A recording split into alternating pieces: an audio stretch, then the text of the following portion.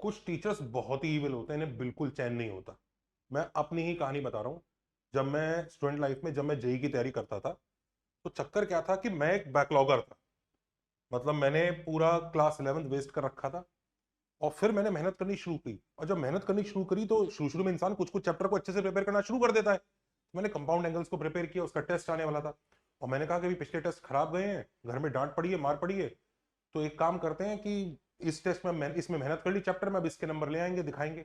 पर क्या हुआ, मेरे इविल टीचर ने पेपर में 3 ऐसे क्वेश्चन डाल दिए उस चैप्टर के जो मुझसे हिले नहीं। ये क्वेश्चन ऐसे हैं, आप देखिए जरा, इनको ट्राई करके देखिए, क्या आप सॉल्व कर पाएंगे? क्या आपको अगर कुछ कंपाउंड एंगल पढ़ा है, एक बच्चा जो बेचारा उम्मीदों के साथ कंपाउंड एंगल पढ़ के गया है, सोचो टीचर्स के अंदर आत्मा ही मतलब ऐसी है कि उनको दिख गया कि हम ऐसा क्वेश्चन डालें कि बच्चा अपने फंडों से ना कर पाए। उसकी आत्मा बिल्कुल, मतलब क्या कहना चाहिए, कि बिल्कुल उसको दुख नहीं हुआ, ऐसा क्वेश्चन दे दिया। सोचो मैंने रात रात भर पढ़ के चैप्टर प्रिपेयर किया, ये और एक नहीं, 3 क्वेश्चन ऐसे, एक के बाद एक के बाद एक। मतलब एक आपने ऐसा दे दिया, दूसरा कुछ अलग दे दीजिए, कुछ अलग दीजिए, बस ये हुआ। और फिर ये दूसरा क्वेश्चन, और फिर ये तीसरा क्वेश्चन। आज के वीडियो में ना थोड़ा सरकाज़म है, तो लिटरली मत लेना। कई लोग ना लिटरली ले लेंगे, हाँ, तो वापस हम लोग उस पर आ जाते हैं। तो भाई ये इविल टीचर्स ऐसे होते हैं कि ये पेपर्स वगैरह ऐसे बनाते हैं कि बच्चा मेहनत करके एक सेट पैटर्न में तैयारी करके आता है, सोचता है मैं पेपर लीक कर चुका हूं अपने दिमाग में। पर ये जो पेपर सेट करने वाले इविल टीचर्स होते हैं ना, जिसको अब एनटीए और आईआईटी सब यूज कर रहे हैं ऐसे इविल टीचर्स को, ये क्वेश्चन कुछ ऐसा देते हैं कि बच्चा जो सोच के आया है ना वो नहीं होगा। ये उन्हीं में से एक क्वेश्चन है। तो जैसे ये देखिए, क्या करेंगे आप यहाँ, चलिए ट्राई करके देखिए, थोड़ी देर आप लोग ही ट्राई करके देखिए, किसी के दिमाग में अगर कुछ आइडिया आ रहा है, ट्राई ट्राई इट आउट। मैं फिर भी बताता हूं कि मैंने फिर भी लड़ाई लड़ी थी, और मैंने इनमें से एक को फोड़ दिया था, which was question number 3। Question number 3, questions क्या है देखो, तीनों क्वेश्चंस का पैटर्न एकदम सेम ही है। तीनों क्वेश्चन में cos alpha plus cos beta plus cos gamma दिया हुआ है, sine alpha plus sine beta plus sine gamma भी दिया हुआ है, और कुछ कुछ अजीब अजीब सी चीजें निकलवा रहा है, अल्फा बीटा गामा 0 से 2 पाई के बीच में दिए हुए हैं। दूसरे क्वेश्चन में भी यही है कि cos alpha plus cos beta plus cos gamma दिया है, sine alpha plus sine beta plus sine gamma दिया है, और फिर ये एक अजीब सा एक्सप्रेशन है, इसको तो देख के वैसे ही डर लग रहा है। और तीसरा क्वेश्चन देखो, वापस उसने कॉस, इस बार by chance cos alpha plus cos beta plus cos gamma 0 है, sine alpha plus sine beta plus sine gamma 0 है, फिर एक अजीब सा एक्सप्रेशन निकालना है उसको। तो देख के डर तो जाते हैं, मैं भी डर ही गया था, लेकिन फिर भी मैंने हिम्मत नहीं हारी थी, थोड़ा बहुत पढ़ के गया तो उससे दिमाग में थोड़ा लॉजिक तो था। और आप डेफिनेटली ट्राई करो इसको, और कुछ ऐसा बताना जिससे तीनों हो, ये नहीं सर एक हो गया, क्योंकि एक तो मैंने भी कर दिया था। मैंने एक्चुअली थर्ड वाला वहां पे फोड़ दिया था एग्जाम में। कैसे फोड़ा था मैं आपको बताता हूं, थर्ड वाला मैं आपको करके दिखाता हूं, पर बाकी नहीं कर पाया था। और बाकी क्यों नहीं कर पाया था उसके लिए भी मैं आपको बताऊंगा। पहले थर्ड वाला ही ट्राई करते, मतलब नॉर्मल मेथड से जो मैंने सोचा था, और फिर मैं आपको बताऊंगा इनके पीछे, क्वेश्चन के पीछे एक्चुअली जज्बा क्या है जिसको हमें समझना चाहिए, और क्यों ये क्वेश्चंस एक फैमिली को बिलोंग करते हैं। अभी देखो, उसने cos alpha plus cos beta plus cos gamma 0 दिया है, sin alpha plus sin beta plus sin gamma 0 दिया। हम थर्ड केस कर रहे हैं जो सबसे सिंपल केस है। अब हमें ये क्वांटिटी को निकालना है। अब ऑफ कोर्स रेशियो पूछा था, तो कुछ ना कुछ तो अच्छा सा वैल्यू आएगा, यानी अल्फा बीटा में कुछ रिलेशन वगैरह निकलता होगा, तभी ये चीजें कैंसिल आउट होंगी। तो अगर ये रिलेशन निकालना है हमें अल्फा और बीटा में, मतलब दो एंगल्स में रिलेशन निकालने की कोशिश करते हैं, तो मैंने क्या सोचा कि इन दोनों में रिलेशन निकालता हूं, अल्फा और बीटा में। उसके लिए मेरे दिमाग में क्या आया कि तीसरे वाले को एलिमिनेट कर दो, मतलब आप ऐसे ही कर सकते हो ना, कॉस गामा की वैल्यू यहां से निकाल के यहां सब्स्टिट्यूट कर दो, that is what you can do. या फिर आप कॉस गामा और साइन गामा को एलिमिनेट करने के लिए इनको उस साइड ले जाओ, उस साइड, और फिर स्क्वायर एंड ऐड कर दो, ताकि ये दोनों स्क्वायर होके 1 हो जाएगा। तो cos square gamma plus sine square gamma 1 हो जाएगा, और जैसे आप ऐड करोगे तो आपको अल्फा और बीटा में रिलेशन बच जाएगा। तो मैंने यही किया, क्योंकि इस तरह की चीजें काफी कुछ क्लिक पहले भी होती थी, इतना बेवकूफ नहीं था मैं, बैकलॉग था मेरा पर बेवकूफ नहीं था।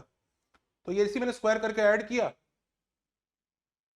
तो c1 square plus c2 square plus s1 square plus s2 square 2c1 c2 2s1 s2 is equal to RHS 1 होनी थी। इधर भी देखो 2 1 और बन जाएंगे, वो दो उधर चले गए, तो ये 2 cos beta minus alpha minus 1 आ गया, cos beta minus alpha minus half आ गया। और अल्फा बीटा जो एंगल्स हैं वो 0 से 360 के बीच में, तो मैंने समझ गया बीटा माइनस अल्फा का कॉस अगर माइनस हाफ आ रहा है तो बीटा माइनस अल्फा को 120 डिग्री ले लो। 240 क्यों नहीं है मुझे नहीं पता, मैंने बीटा माइनस अल्फा को 120 लिया, तो बीटा इज अल्फा प्लस 120। और मैंने कहा यार यही काम मैं बीटा और अल्फा में कर रहा हूं, यही काम मैं गामा और बीटा में करूंगा तो उसमें भी यही रिलेशन आ जाएगा, जैसे बीटा और अल्फा में आया ऐसे गामा और बीटा में आ जाएगा। और बस एक काम करो, यही सब्स्टिट्यूट कर देता हूं। अब जैसे बीटा आपका अल्फा प्लस 120 है, तो गामा क्या होगा, बीटा को यहां सब्स्टिट्यूट कर दोगे तो अल्फा प्लस 240 हो जाएगा।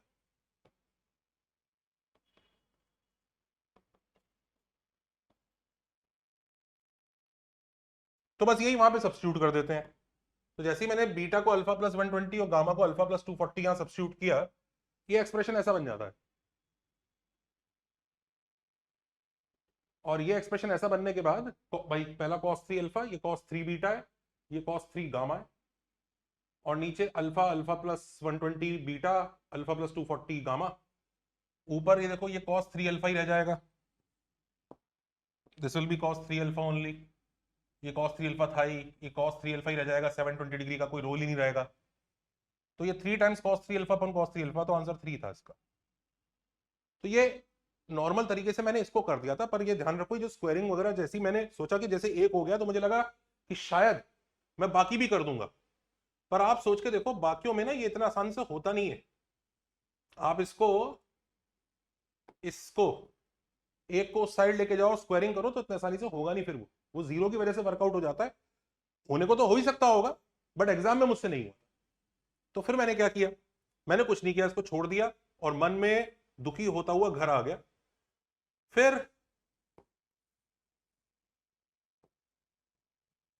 आगे जाके मेरे को एक्चुअल थॉट समझ में आया इन क्वेश्चंस का कि एक्चुअली इनमें करना क्या होता है। ये 3 कॉस के एडिशन और 3 साइन के एडिशन की जब वैल्यू देता है ना, ये एक्चुअली एक वेरी सेट सिस्टम वाले क्वेश्चंस होते हैं। और मैं बताता हूँ कि किस तरह से होते हैं। ये ट्रिग्नोमेट्री के फॉर्मुलों की भी जरूरत नहीं है, ये इतने एलिमेंट्री क्वेश्चंस है। इसके लिए आपको सिर्फ और सिर्फ कॉस और साइन की डेफिनेशन से ही चलना होगा, उसी से ही हो जाएंगे। तो अगर हम कॉस और साइन की डेफिनेशन चले, भाई कॉस और साइन क्या होते हैं, भाई यूनिट सर्कल में एक पॉइंट ऐसे घूम रहा होता है और वो जब अल्फा एंगल बनाता है ये, तो ये एक्स कोऑर्डिनेट कॉस अल्फा होगा, वाई कोऑर्डिनेट साइन अल्फा होगा, ये डेफिनेशन होती है। तो basically cos alpha sine alpha, cos beta sine beta, cos gamma sign gamma, वो यूनिट सर्कल के 3 पॉइंट्स होंगे। अब वही पॉइंट जब एंगल अल्फा बना रहा होगा तो ये कॉस अल्फा साइन अल्फा आएगा, यही बीटा बनाएगा तो कॉस बीटा साइन बीटा, और यही गामा बनाएगा तो कॉस गामा साइन गामा। तो यूनिट सर्कल पे ही होंगे तीनों, जैसे हम ट्रिग्नोमेट्री में पढ़ते हैं, यही तो डेफिनेशन होती है। अब हुआ क्या है, मैं क्वेश्चन 3 सबसे पहले इसको करके दिखाता हूं कि इसकी हेल्प से क्वेश्चन 3 कितनी जल्दी होता है। होता क्या है, हमें बोला गया है C1 plus C2 plus C3 zero है और S1 plus S2 plus S3 zero है।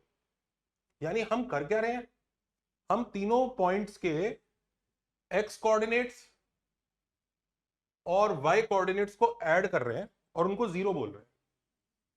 अब सवाल ये उठता है, एक्स कोऑर्डिनेट का एडिशन और वाई कोऑर्डिनेट का एडिशन मैंने इस एक्स वाई प्लेन में कहां देखा है कि x1 plus x2 plus x3 y1 plus y2 plus y3, कहीं देखा है? बिल्कुल देखा है। हमने देखा है इसको सेंट्रॉइड के फॉर्मूले में। तो सेंट्रॉइड होता है x1 plus x2 plus x3 y3, y1 plus y2 plus y3 y3। और क्योंकि तीनों x कोऑर्डिनेट्स का एडिशन और y कोऑर्डिनेट्स का एडिशन जीरो है, तो सेंट्रॉइड 0,0 है, वो भी किसका, उस ट्राइंगल PQR का। ये जो ट्राइंगल PQR है इसका सेंट्रॉइड ओरिजिन। अब जैसी सेंट्रॉइड ओरिजिन है, यानी ये जो ट्राइंगल है इसके तीनों वर्टाइसेस को ऐड करके अपॉन 3 करके आपका आंसर ओरिजिन आ रहा है। ये हैरानी वाली बात है, क्योंकि सेंट्रॉइड ओरिजिन है पर इसका सरकम सेंटर तो पहले ओरिजिन था ट्राइंगल का, क्योंकि इस ट्राइंगल के तीनों वर्टाइसेस उसी सर्कल पे हैं जिसका सेंटर ओरिजिन है, रेडियस 1 है, यूनिट सर्कल। तो सरकम सेंटर भी ओरिजिन है और सेंट्रॉइड भी ओरिजिन है। तो सरकम सेंटर इक्वल टू सेंट्रॉइड, मतलब ऐसा कौन सा ट्राइंगल होगा जिसका सरकम सेंटर और सेंट्रॉइड सेम होता है? एक्चुअली ये जो पॉइंट्स होते हैं ना, सरकम सेंटर, सेंट्रॉइड, ऑर्थो सेंटर, इन सेंटर, इन चारों में से कोई से भी 2 पॉइंट सेम हो जाते हैं तो वो इक्विलेटरल ट्राइंगल हो जाता है। तो इसका मतलब ये जो ट्राइंगल होगा ना इस केस में, ये एक इक्विलेटरल ट्राइंगल होगा।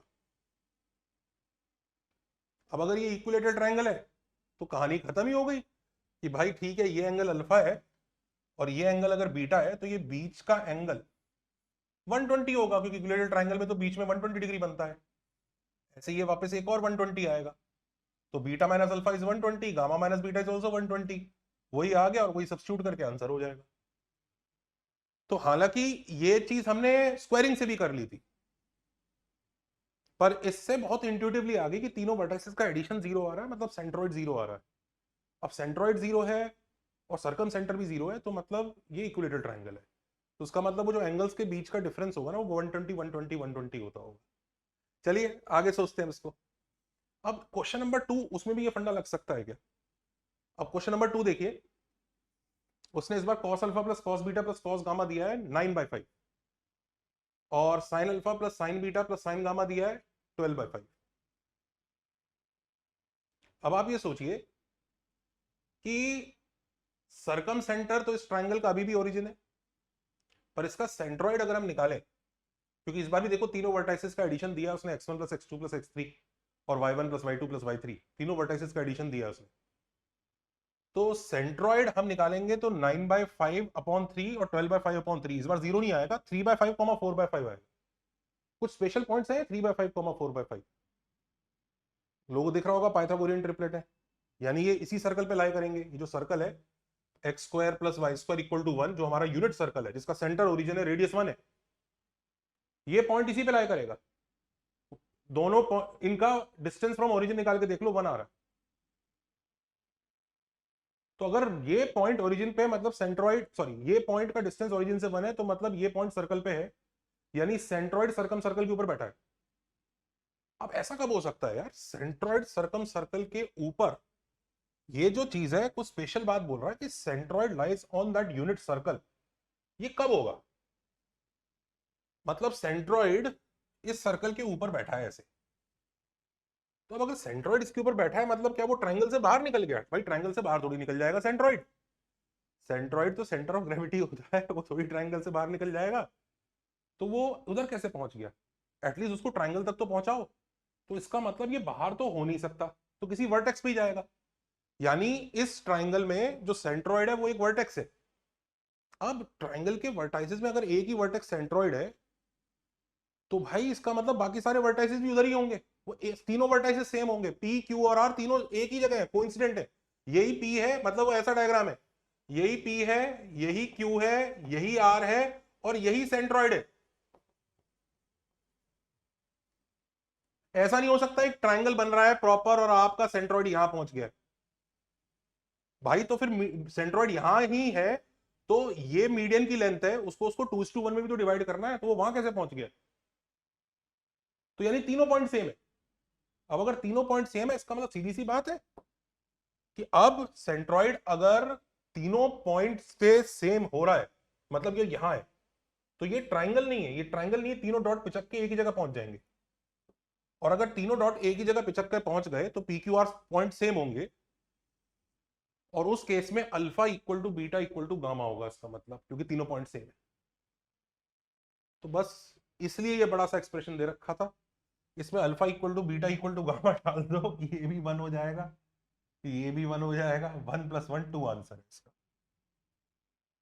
इसको हम स्क्वायरिंग वगैरह करते, पता नहीं क्या करते, मुझे नहीं समझ में आया। कर तो सकते हैं, ऐसी बात नहीं है, we can do it, but इसका ये इंटेंशन समझो, क्योंकि मैं आपको ऐसा क्वेश्चन दूंगा जो दूसरे तरीके से थोड़ा बहुत परेशान करने लगेगा, क्योंकि वो इविल टीचर शायद मैं ही हूं आपके लिए। चलिए अब पहले क्वेश्चन की बात करते हैं जो बेस्ट क्वेश्चन है इन सब में। cos alpha plus cos beta plus cos gamma उसने 5/13 दिया है, और sin alpha plus sin beta plus sin gamma 12/13 दिया है। सेंट्रॉइड निकालते हैं पहले, अब तक तो यही कर रहे थे, तो सेंट्रॉइड निकाला उसी ट्राइंगल का, तो 5/39 12/39 आया। ये तो कुछ अच्छा नहीं है, ये तो सर्कल पे आ भी नहीं रहा, तो इसका मतलब ये जो ट्राइंगल है इसका सेंट्रॉइड तो सर्कल पे नहीं है। फिर क्या करें? पर उसके पहले एक चीज बताओ, अगर किसी ट्राइंगल का सर्कम सेंटर ओरिजिन है और उसका सेंट्रॉइड ये है, ये तो होगा ही centroid, x1 + x2 + x3/3 y1 + y2 + y3/3, क्या कोई और पॉइंट भी है जो हम ढूंढ सकते हैं? हमें सर्कम सेंटर और सेंट्रॉइड पता है, क्या कोई और पॉइंट भी हम ढूंढ सकते हैं? ढूंढ सकते हैं। जिन बच्चों ने थोड़ी बहुत पढ़ाई लिखाई की है, हम लोग ऑर्थो सेंटर ढूंढ सकते हैं, और जो ऑर्थो सेंटर पता है क्या आएगा? वो सम ऑफ वर्टाइसेस ही आएगा, x1 + x2 + x3, y1 + y2 + y3। ऐसा क्यों होगा बताता हूं। ऑयलर लाइन याद है? वो लाइन जो ऑर्थो सेंटर, सेंट्रॉइड और सर्कम सेंटर से पास करती है और किस रेशियो में डिवाइड करती है, 2:1 में। ये 0,0 है, ये अपने को पता है।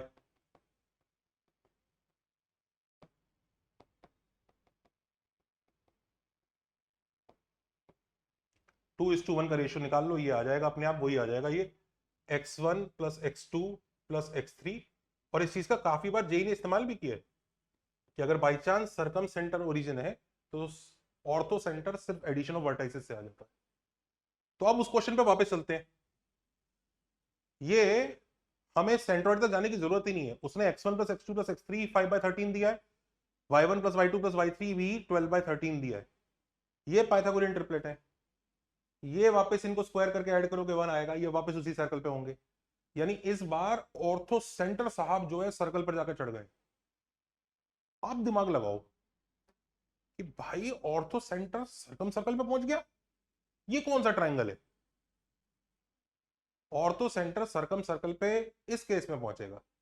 और इसका प्रूफ भी बड़े मजे से आप कर सकते हैं क्लास 10th की ज्योमेट्री लगा के कि orthocentre is on circumcircle then it must be right angle triangle.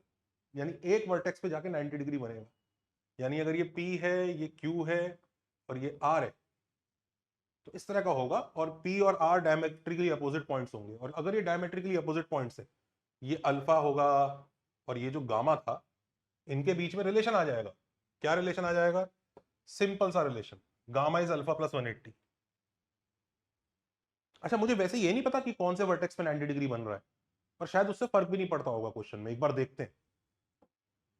तो उसने वापस cos alpha plus cos beta plus cos gamma बोला और cos गामा की जगह मैंने अल्फा प्लस 180 डाल दिया। ये इसको लेके भाग गया तो cos बीटा की वैल्यू 5/13 आ गई। निकालना क्या है? cos 3 alpha plus cos 3 beta plus cos 3 gamma. cos 3 gamma में वापस मैंने अल्फा प्लस 180 डिग्री डाल दिया जो निकालना है मुझे। तो ये और ये वापस कट जाएंगे तो cos 3 बीटा बच गया। तो cos बीटा 5/13 आया, अदर से भी cos 3 बीटा निकालना है। cos 3 बीटा का फॉर्मूला लगाओ, ये आंसर आ जाएगा। cos 3 बीटा का फॉर्मूला तो याद होना चाहिए, 4 cos cube beta minus 3 cos beta, ये तो होना ही चाहिए। तो मॉरल ऑफ द स्टोरी ये है, मॉरल ऑफ द स्टोरी है कि हमें इन क्वेश्चंस को ऐसे सोचना है जैसे कोऑर्डिनेट ज्योमेट्री की हेल्प से, क्योंकि ये सब यूनिट सर्कल पे ये तीर बना रखे हैं उसने। दीज आर जस्ट 3 तीर। मतलब आप ये सोचो, वो ये कह रहा है कि सेंटर से ऐसे में 3 तीर चलाऊंगा। जो तीसरा क्वेश्चन था ना, जब ऐड करके 0 हो रहा था, वो ये कह रहा है तीनों तीर का रिजल्टेंट 0 आ रहा है, तीनों वेक्टर्स का। भाई ये वेक्टर का है लेट्स से C1 S1, ये वेक्टर है C2 S2, ये वेक्टर है C3 S3। और वो जो तीसरे क्वेश्चन की बात हो रही थी जो हमने सबसे पहले किया था जिसमें एडिशन करके 0 आ रहा था, वो यही तो कह रहा है ये अगर वेक्टर 1 है, ये वेक्टर 2 है, ये वेक्टर 3 है, तो तीनों वेक्टर की लेंथ सेम है और तीनों का एडिशन 0 आ रहा है। तो ऐसा कब होगा? जब भाई बीच में 120 डिग्री का एंगल होगा, वो यहीं से दिख जाना चाहिए। अब 4 वेक्टर हो तो वो भी दिख जाना चाहिए। और इसीलिए मैं आपको ये वाला क्वेश्चन दे रहा हूं होमवर्क के लिए कि alpha beta gamma delta 4 angles हैं जो 0 से 2 पाई के बीच में है। cos alpha plus cos beta plus cos gamma plus cos delta 0 है। sin alpha plus sin beta plus sin gamma plus sin delta भी 0 है। sin beta plus sin alpha 0 नहीं है और cos beta plus cos gamma 0 नहीं है। ये 4 information दी है, हमें ये क्वांटिटी की वैल्यू निकालनी है। We have to find this quantity. ये होमवर्क है, ट्राई कीजिएगा। इसके साथ साथ एक बार चैनल को लाइक शेयर सब्सक्राइब कीजिए, काफी मेहनत लगती है वीडियोस बनाने में। हमारे कोर्स को भी चेकआउट कीजिए, उसमें आपको टेस्ट सीरीज मिलेगा, प्रैक्टिस बैच मिलेगा, मेरा कोर्स मिलेगा एकेडजा 2 जिसमें बहुत सारे टूल्स हैं। इसमें आप बैकलॉग स्पीड उसको हैंडल कर सकते हैं, इंप्रूव कर सकते हैं। अनलिमिटेड टेस्ट पेपर है, इसको आप कस्टमाइज कर सकते हैं, वो सब मिलेगा। प्राइस पॉइंट्स नीचे आगे लिखे हैं। Take care, bye bye.